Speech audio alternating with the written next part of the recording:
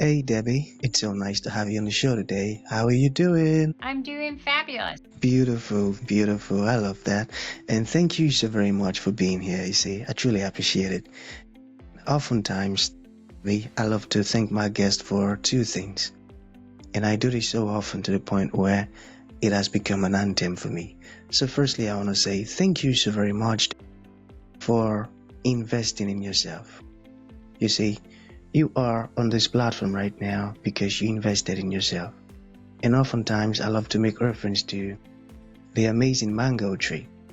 You see, Debbie, some months back, I was on a particular road, and just by the roadside, there was this tall, unattractive mango tree. And I use the word unattractive because the mango tree's got no mangoes on it, and the leaves were all dry, you know. So I just walked past it and I went my way. But you see, Debbie, just recently, I was on that same road. And this time around, a lot's changed about the mango tree, you see. The mango tree caught my attention pretty good from a distance. And immediately I got the urge to move so close to it, of which I did, and it wowed me. Because now the mango tree's got a lot of mangoes on it, beautiful green leaves and healthy branches. It was such a beautiful moment for me that day. And not just mangoes, but ripe mangoes. So I was so excited, you know. It was such a lovely moment that day. Here's my point. The fact that you dedicated your time, energy, and resources to becoming the amazing Debbie that you are today, that alone has made it really impossible for me to say nope to you. To say, getting to read about you, a little bit about you, insight, your philosophies, and the impact your work is having, and how you are offering your solution. It's amazing. And I just couldn't wait for this conversation to happen. So thank you so very much for investing in yourself. I truly appreciate it. And secondly, thank you so very much for being here. Thank you. Yes, it's a pleasure. Beautiful. So let's get started. Okay, where do we begin from? You see, I'm quite excited to have you on the show today for, let's see, two reasons.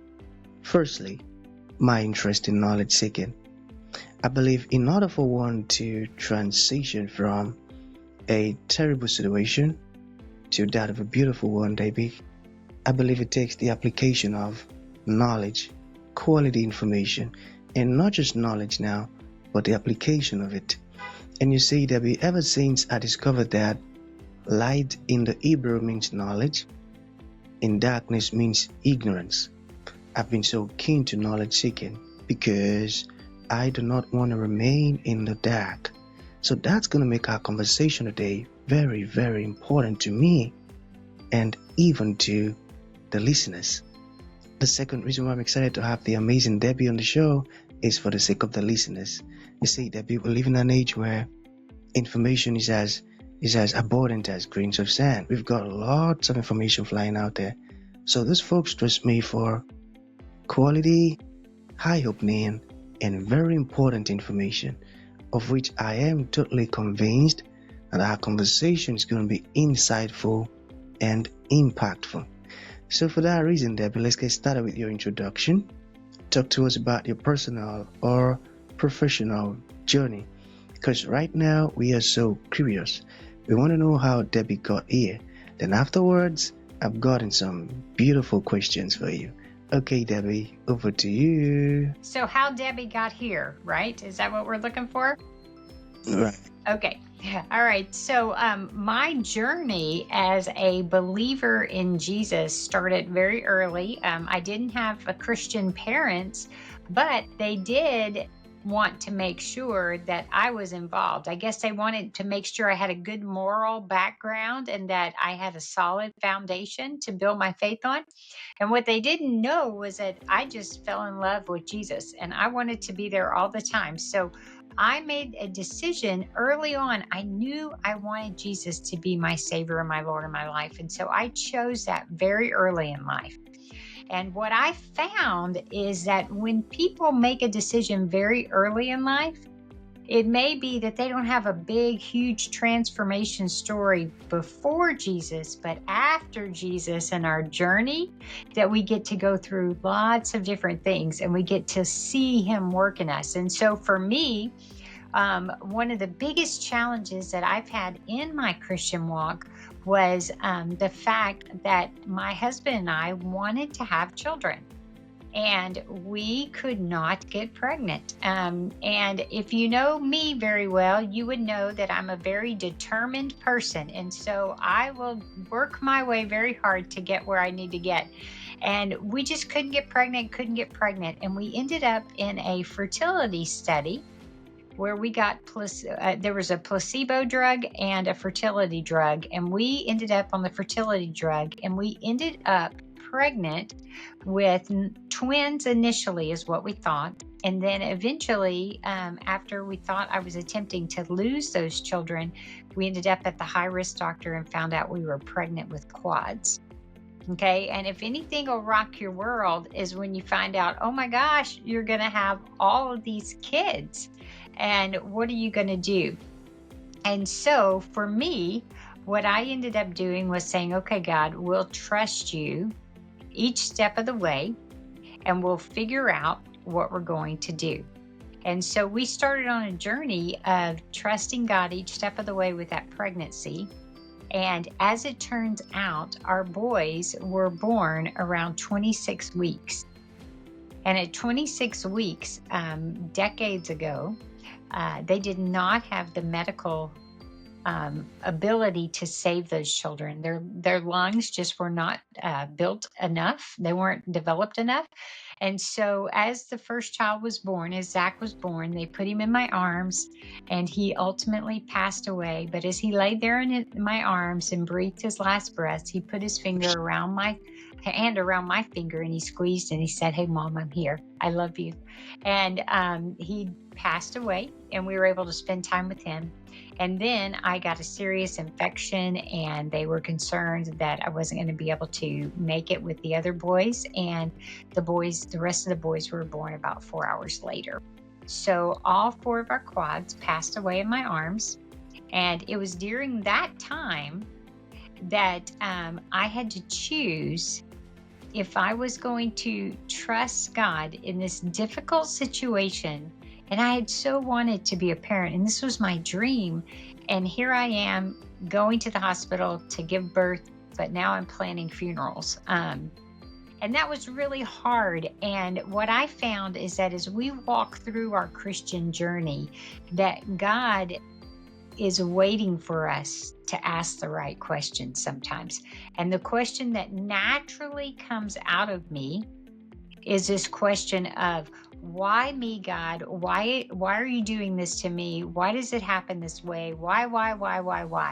And what I found is that no answer on this side of heaven to why did my boys have to die will ever satisfy me.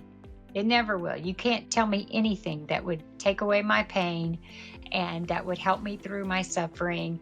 God just couldn't give me an answer that I would ever accept. And as I've gotten wiser and older, one of the things that I realized is that when I get to heaven, why won't matter. Because there's no pain, there's no sorrow. My boys are there, Jesus is there, and joy is there, and it just won't matter. So what God is asking us to do, and what He asked me to do, is, hey, I want you to open your hands up and give me your why question. And I want you to trust me with that. And then I want you to ask me, what God wanted me to ask was, how do I survive? How do I survive this difficult, horrible thing that I've gone through? And knowing that I still want kids. And that night in the hospital, I just put a stake in the ground and I said, God, I know no other way other than to trust you. I've tried everything else. I don't know any way to work my way through this. So how do I survive? And sometimes I made it, maybe, 20 seconds. And then I had to put a new stake in the ground. And sometimes I made it 3 minutes and 5 minutes and eventually a day and eventually months. And, now I can do that very easily. And as I took the next best step, God showed me and taught me how to work my way through that.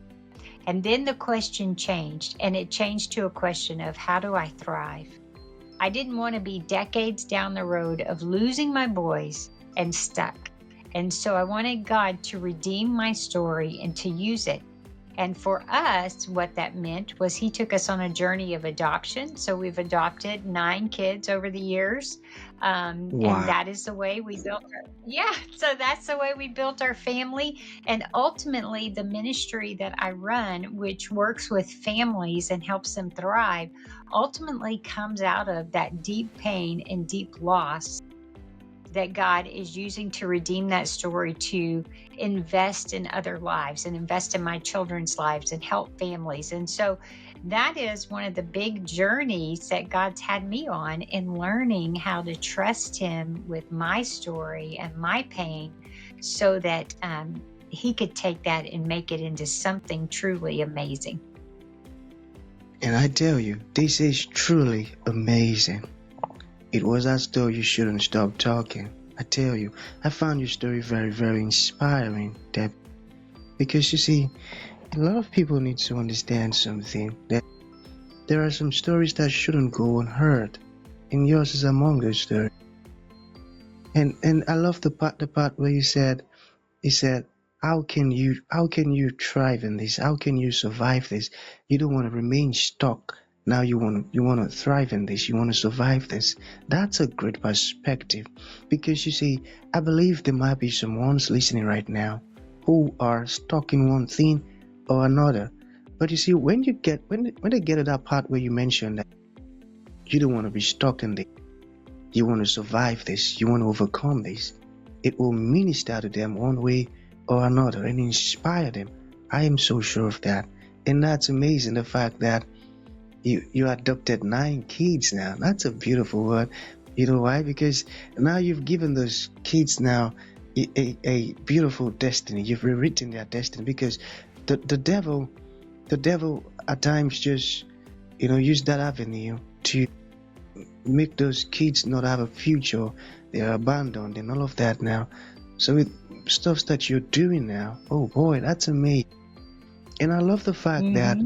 you are sharing your story. You're not keeping it to yourself, because right now you've just inspired me. I tell you, your Hmm. story is really inspiring, and I'm definitely going to share with others. Thank you for sharing that. So let's proceed. Yeah, I've got some questions here. So, about leadership now. So, what leadership roles have you held in faith-based organization? Oh, that's a good question. First of all, you need to know that I am a builder, so I am always if there's a vacuum in leadership, I'm going to fill it because I can't stand to not have us moving and have an objective. So when I first started my career, I was working in the public sector as an engineer, but God called me into seminary after losing the boys. And since that time, I have been a leader on church staffs, whether it was an executive pastor or children's pastor. I also had the opportunity to run several states prison ministry for Chuck Colson and Prison Fellowship. And then now I serve as CEO of Anchor Point and the multifaceted ministry that we've developed over the last 15 years. That's amazing. I love that. Okay, talk to us about Anchor Point. What is Anchor Point? And how does Anchor Point support family? Yes, sure. Anchor Point is a ministry that came out of the loss of my boys. And the whole goal of Anchor Point is to help families thrive. So we have several branches of our ministry. The first is a medical clinic that works with young girls who are trying to decide whether or not they would choose life for the child that they carry. So we do free ultrasounds, material assistance, anything you can think of on the medical side to work with that family. Then our Hope Family Center works with young families once they've decided to choose life, and we do case management and kind of come alongside, look at what's going on, what's working, what's not working. I don't know about you, but you don't get a lot of information once you get pregnant. You just kind of figure your way. And so we come alongside them and we go, okay, let's see what your next step is, and let's keep you going. And if you need housing, if you need help with medical stuff, insurance, if you need help with education, let's see if we can help connect you and make those things happen so we can make this parenting thing work. We also have a maternity home called Hope House that is for young girls who are homeless and pregnant, and is an 18-month program where we look at how can we help these young ladies figure out what they need to do to be successful and to be able to be independent with this little child that they're going to have. So, if you need to go back to school, if you need just a safe place to stay, if you need a job, let's figure those things out. Everything that you need to do spiritually, we look at all those things. And then our last piece that we do is our Hope Community Initiatives. And these are all our parenting training, prenatal training. We do recovery groups for people who've experienced sexual abuse or abortion or trauma. We run therapeutic camps for children and their families that are the parents are struggling with, I don't know what to do with this kiddo. Like some of mine come with very difficult backgrounds. And so we come alongside those families, and then we just do whatever we can in the arena of coming alongside families just to lift the tide and help these families figure their way through. Because unfortunately, our kids don't come with an instruction manual, but our kids are the instruction manual. And so we have to learn how to read our kids and be this great private investigator to figure out what's going on in the head of that kid so that I can connect with them, see their preciousness, love their heart, and call out of them all the beautiful things that God has, and not get distracted by the fact that this kid's losing it. And so those are the many facets of things that we do at Anchor Point. Ultimately, we just want to help families thrive and be the best parents that we can be so that our kids can be the best kids they can be. Awesome, Debbie. That's a great legacy you're leaving behind. That's a great legacy you're building, I tell you. It's amazing what you're doing. So I wanted to ask, how do you blend strategic leadership with spiritual wisdom? Well, that's a good one. I pray, first of all. That's the biggest thing for me is, one of the things that I think for leaders is sometimes we get so busy that we don't leave space in our schedule to just have time with God and to dream and to let Him awaken in us the desires that He wants us to lead our organizations through. So I would say I have to be very diligent about trying to work time in where I can just be quiet and I can hear God's still small voice and hear Him challenging us to go rise up to the next level. And here's the way that I want to go. Then I would say our job as leaders is to plan the next best steps. Okay? Maybe not the next right step, because we never know if it's exactly right, but we can do the next best thing. And then what we do is we hold our hands open and we say, okay, God, here's our next best step. And we start walking. And then God opens and closes doors as He sees fit, because we're not holding on so tight that we can't flow with where the Holy Spirit and where God is leading us. And He just directs us that way. I have never had a situation where we've just been bored wondering what to do, because God has always at least put in me, but I think even in my staff, this desire that we want to take more land. We want to make sure that we're telling people about Jesus. We want to have more people go with us into heaven. And so what can we do to come alongside? Because the needs in the arenas that we work in are so great. And we don't want to miss being the hands and feet of Jesus, which earns us the right to share about our Jesus. Beautiful, beautiful. And just like the previous meeting I had, I said, you're not an expert because you've got all of the skills and all of this insight. What makes you a true expert is the fact that you give credit to God. And I tell you, I find people like you powerful. The fact that You are giving all of the credit to Jesus. He is the King, He is Christ, and He is Lord today, tomorrow, and forever. That's amazing. I love that.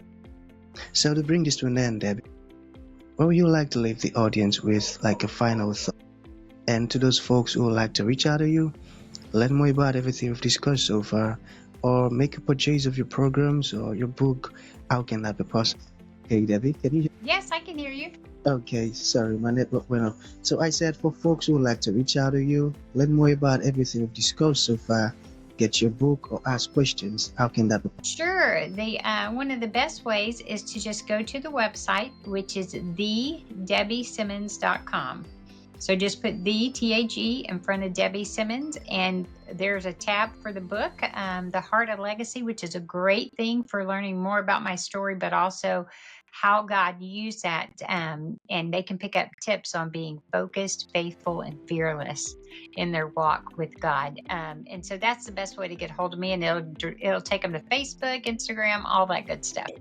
Beautiful. So do you have any final thought? Yes, I always have a final thought. Here is my thing. If I could convince people to do anything, I would just say lean in and trust Him, even if it doesn't seem like it's the right thing. It is the right thing. That is just Satan clouding our minds, or our negative thoughts clouding. And lean in and trust Him. He has never failed me yet. He is, I should be abandoned and broke and everything with starting a ministry and all the stuff that we've done. And He has constantly been faithful every time. He's faithful in the Bible. So He's faithful back then. He's faithful now, and He will be faithful tomorrow. And it's worth it. It's worth it. It always is.